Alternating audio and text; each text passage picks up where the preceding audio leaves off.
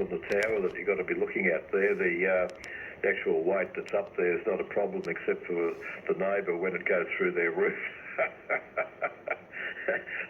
That's like my mate, a mate of mine lived on top of an escarpment.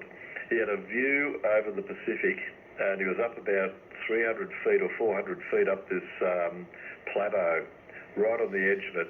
And he could work the DX into Europe, long path on 20 metres. And all he had to do was drop his call sign into a dog pile, and he'd be the guy that they would immediately hear in the dog pile because his signal is so good from this location. But of course, up in the escarpment, the wind amplifies and it increases in density, so the speed increases, the density increases because all the bottom air is coming up to join the top air. And anyway, it blew his tower down and it went through the neighbour's roof, and he heard screaming next door, so he rushed in to see what was going on.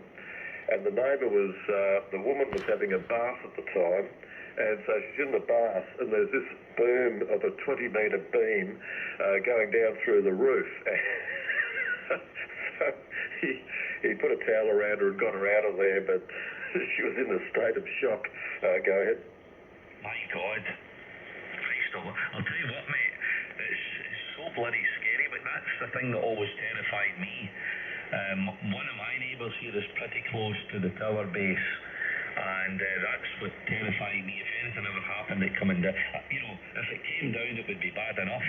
But if it came down and just landed in the garden, then okay. But if it came down and went through a neighbour's property, I mean, let's be honest, I know the insurance covers it and you can get everything back to normal, but I don't think you're ever going to get it back up again there. I think that would just be a nightmare. Is the guy back on here, or is he gone completely? Oh, I think he's gone to the DX heaven there. It's a long time ago, and he was an older gentleman. He did get it back on there pretty quickly, yeah, but there's a few repairs to do to the neighbour's place, especially.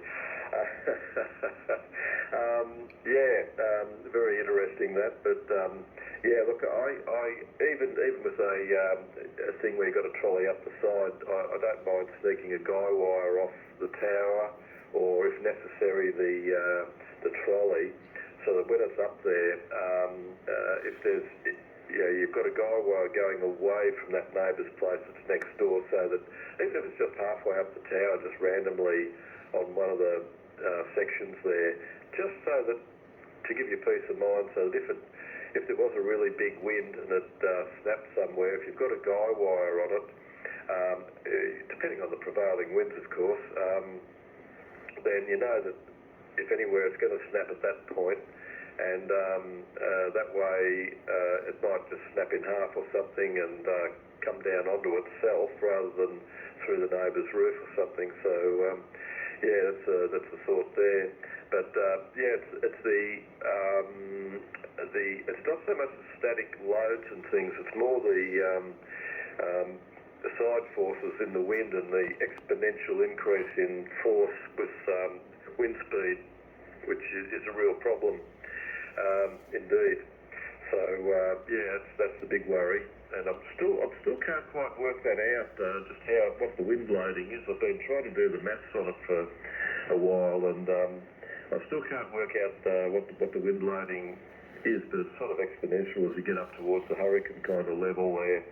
So it's always a worry. But I don't have to really worry, because the only thing my tower would do would be to either lean into a tree if it fell over, or it would go through an old disused chicken shed next door. So I'm pretty right, really.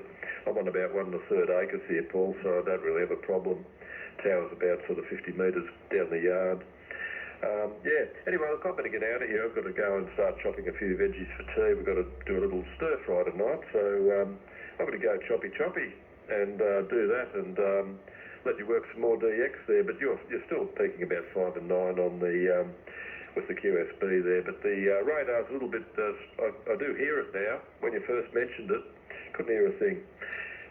EA5 JZ VK40O. VK4DO, EA5GZ, no worries, Frank. Well, it's pretty noisy and it comes and goes, but it is quite noisy, so I'll give another call or two, and then I might drop the band a bit or change another band, maybe 17, give it a go, but I've got a couple of things I need to do this morning myself. I need to go down to the village.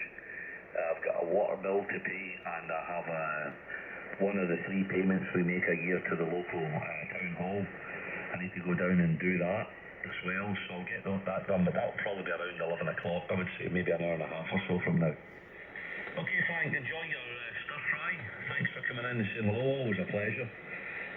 As I said, I'm away on Sunday. If I don't hear you before then, I'll catch up with you when I get back. All the best, mate. Have a good weekend. Thanks for saying hello, 7-3. Yeah, roger that. No worries there, Paul. Yeah,